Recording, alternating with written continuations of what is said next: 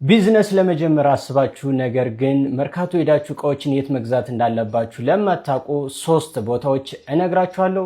ሶስተኛ ልብሶችን የት እንደምታገኙ ነው። ልብሶችን እንግዲህ መርካቶ ላይ በጣም ብዙ ቦታ አሉ።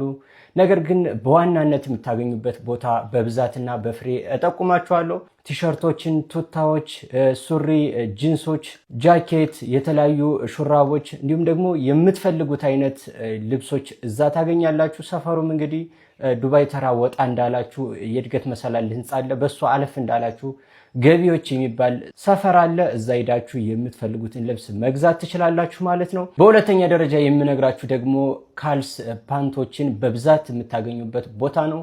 ይህም እንግዲህ አፍሪካ የገበያ ማዕከል የሚባል ህንጻ አለ። እዛ ሲዳሞ ተራ አለፍ እንዳላችሁ እዛ ሄዳችሁ ማግኘት ትችላላችሁ ማለት ነው። ቪዲዮን ከወደዳችሁትና እንደዚህ አይነት ቪዲዮዎች የምትፈልጉ ከሆነ ፎሎ በማድረግ ቤተሰብ መሆናችሁን አትርሱ። እንዲሁም ሌሎች እንድጠቆማችሁ የምትፈልጓቸውን ቦታዎች ኮሜንት ላይ አስቀምጡልኝ። ክፍለ ሀገር ከሆናችሁና የትራንስፖርት ወጪዎችን 15,000 20,000 ማውጣት ከበደን ለምትሉ ግን እኛ በራሳችን በመርካቶ ዋጋ እቃዎችን ወዳላችሁበት እናደርስላችኋለን። ስለዚህ ባዮ ላይ ባለው ስልክ ደውሉልን። በአንደኛ ደረጃ የምጠቁማችሁ ደግሞ የሴቶች ፖርሳ በብዛትና በፍሬ የምታገኙበት ቦታ ነው።